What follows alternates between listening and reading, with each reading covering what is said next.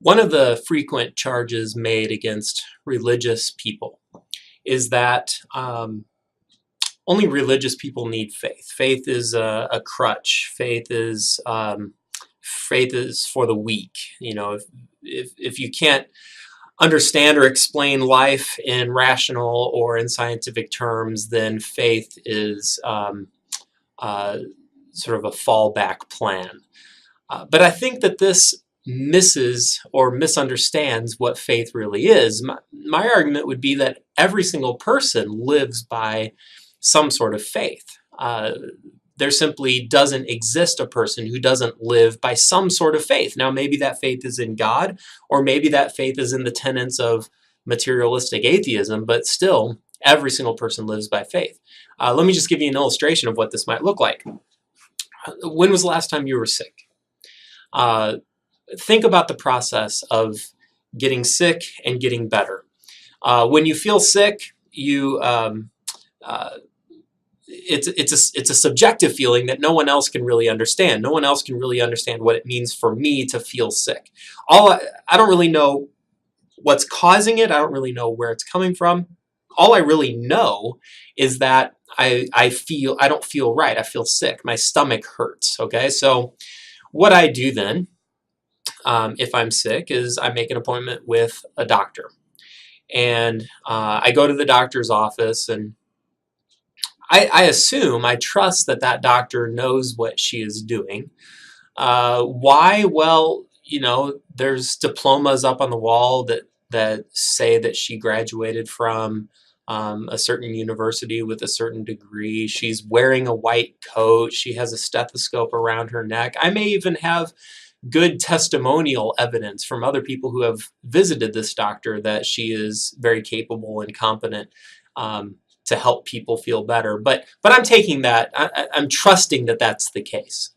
And so I go into the doctor's office, and after a period of waiting, and then another period of waiting, she comes in the door, and she asks me, well, what seems to be the problem? Well, I say, I don't feel good. I feel sick. My stomach hurts. And she says, okay, that's been going around. So if you could just sit on this table with the white crinkly paper and open your mouth and say, ah, and she takes a little light out, and she looks inside of your mouth, and you think to yourself, well, the problem is in my stomach, but I guess she knows what she's doing. And so apparently there's something inside of my mouth that will help her determine what is making me feel sick. And so she looks in my mouth, and then she says, well, let's look in your ears too. And again, I feel like the problem is in my stomach, but she's the expert. So I let her look in my ears. Well, after this brief examination, she says, sure enough, you're sick. What's happened is you have microscopic organisms that you couldn't see even if you tried, that have infiltrated your body. And these microscopic alien organisms have affected you in such a way as to make you feel sick.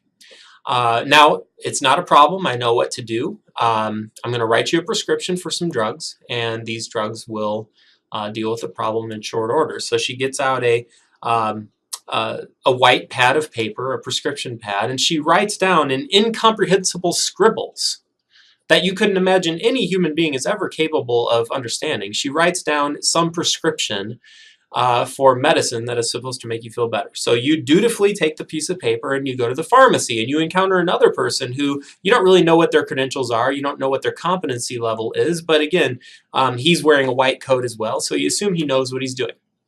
So you give him the white piece of paper with this incomprehensible gibberish on it, and somehow he is able to correctly interpret it.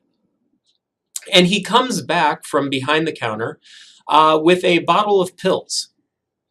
And again, you don't know what's in the pills. You don't know specifically what the pills do or how the pills affect your body. But you're told by the pharmacist, if you take these pills, and if you take them once a day for 5 days, then these pills will help make you feel better.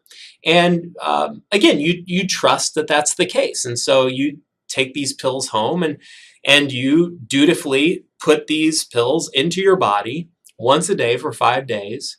And at the end of 5 days, you feel better. Now, you can't be sure if it was the pills that made you feel better, or just through the passage of time that made you feel better, or maybe these alien organisms in your body just relented and went and infected some other poor, unfortunate soul. You have no justification to assume that the pills were what made you feel better, but you assume that they did. And what I want you to see is the entire process from getting sick to getting better, we say, well, that's science. That's science. That's reasonable. That's rational. There's good justification to believe in this scientific process in medicine. And I would agree with you. There are good justifiable reasons for believing in science and for believing in medicine. But that doesn't do away with the fact that the entire process does require a certain amount of faith. The entire process requires a certain amount of trust. From the process of getting sick, going to the doctor, taking pills, and getting better, the entire process requires faith. And the only point that I'm trying to make is simply this, that every single person, whether you are a strident atheist who has chosen to disbelieve in God, or a committed Christian person, every single person lives by some measure of faith. The question isn't whether or not a person has faith. The question is, what is that faith in? And are there justifiable reasons for that faith? That's the question.